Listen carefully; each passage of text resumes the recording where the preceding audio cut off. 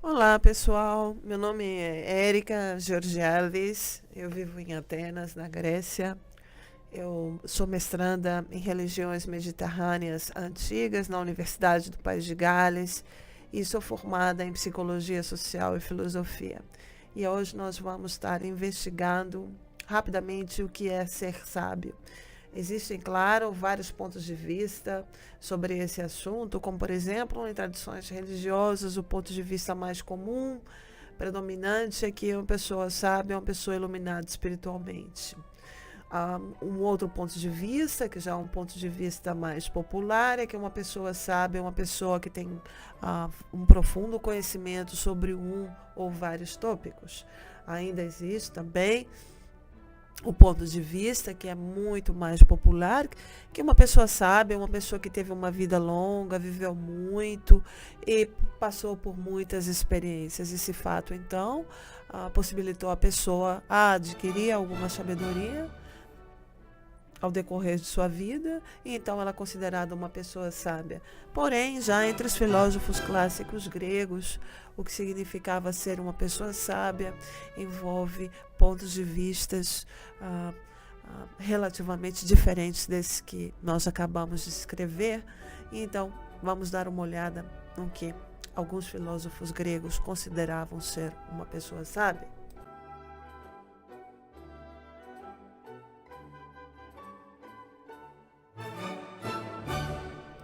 Começando então com o filósofo grego Sócrates, o qual disse: só sei que nada sei. Esse dizer dele é relacionado a uma visão de humildade, ou seja, visão de humildade, porque ele era uma pessoa que sabia e considerava que não sabia. E é algo que é muito discutido, foi muito discutido e é relativamente discutido, enfim, hoje entre filósofos, porque ele só sabe que nada sabe, é uma espécie de contradição, porque alguma coisa ele sabe que não sabe. Mas, enfim, sem entrar em devaneios filosóficos, essa visão socrática também é interpretada como uma precisão epistêmica. Isso não é palavrão, mas é um jargão filosófico, o qual podemos traduzir da seguinte maneira: a precisão epistêmica é quando uma pessoa sabe o que sabe e sabe o que não sabe. Ou seja, a pessoa está consciente do que conhece, consciente e sabe também o que não conhece. Isso parece simples, mas é muito mais complexo do que imaginamos. Porque muitas vezes, na maioria das vezes, em fato, até na nossa vida diária, formamos opiniões sobre coisas que realmente não sabemos ou conhecemos e até tomamos posições, muitas vezes radicais, porque acreditamos que sabemos e conhecemos algo que não sabemos e não conhecemos. Bom, um outro ponto de vista ainda socrático sobre o que é ser sábio é saber como viver bem. E isso é traduzido para Sócrates como viver uma vida baseada nos princípios éticos. O Sócrates também considerava que viver uma vida que não vale a pena viver uma vida não examinada. Ou seja, que uma vida não examinada não vale a pena ser vivida. Dessa maneira, para Sócrates, o sábio, então, era uma pessoa que praticava filosofia, sim, porque o que o filósofo faz é examinar a vida. Então, para Sócrates, não vale a pena viver uma vida que não é examinada. Então, ele associa necessariamente o próprio ato de viver a filosofia, o que é uma característica para ele, então, da pessoa sábia. Ou seja, a pessoa sábia para Sócrates é uma pessoa que pratica essa filosofia, tendo consciência do limite de seus conhecimentos e sabendo aquilo que conhece. Bom, já para o filósofo Aristóteles, existem dois tipos de sabedoria: sabedoria filosófica e a sabedoria prática, né? A sabedoria prática para Aristóteles é saber como viver bem. E o que é viver bem para Aristóteles? Viver bem para Aristóteles não envolve bens materiais, ou fama, ou sucesso, enfim, mas a prática de contemplação e aprendizado.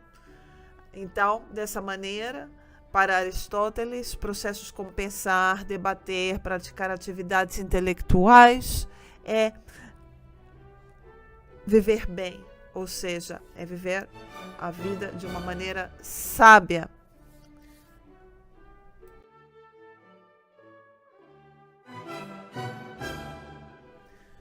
Já para o filósofo Epicuro, ele considerava que ser sábio era se envolver em atividades simples, as quais proporcionam felicidade e tranquilidade mental. Isso não tem nada a ver com hedonismo. A noção de hedonismo foi erroneamente associada a Epícuros. Nós estamos falando de atividades simples, as quais proporcionam eudaimonia, que é um termo que pode ser assim rapidamente traduzido como felicidade, mas é muito mais do que felicidade, e tranquilidade mental.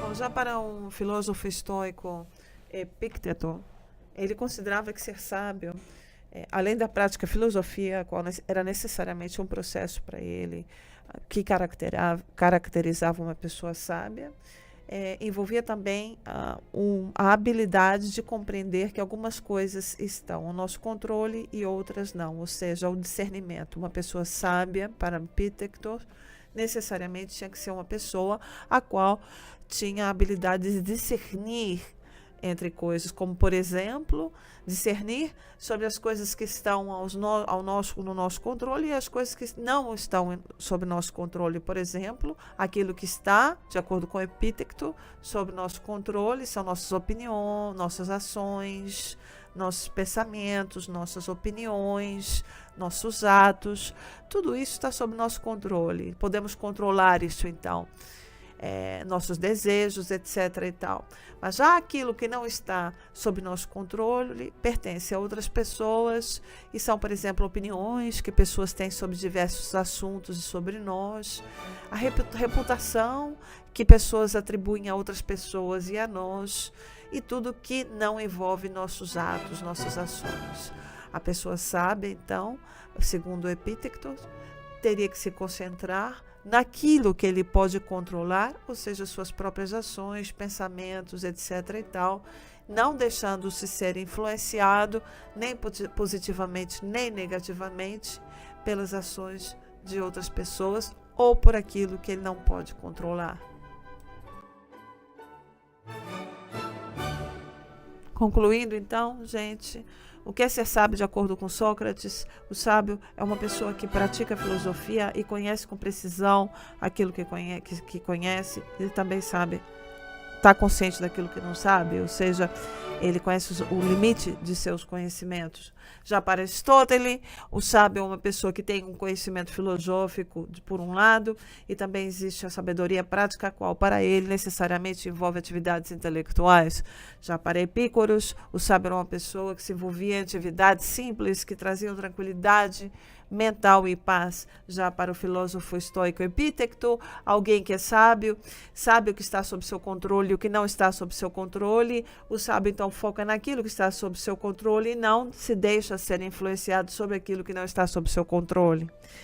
Concluindo, podemos perguntar, dentro desse quadro de diferentes e também complementares pontos de vista sobre o que é ser sábio. O que é ser sábio? Bom, na minha opinião, eu pessoalmente considero o ponto de vista socrático muito interessante, porque envolve a noção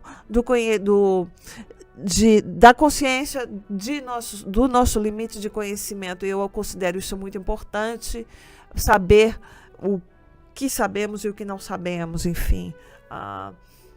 Também gosto muito da posição de Epícuros, o qual diz que o sábio é uma pessoa que vive praticando atividades simples e tranquilidade mental, as quais trazem tranquilidade mental e paz, e também a posição de Epictetus, que o sábio é alguém que tem consciência daquilo que está sob seu controle, daquilo que não está sob seu controle, não deixa se influenciar pelas coisas que não estão sob seu controle.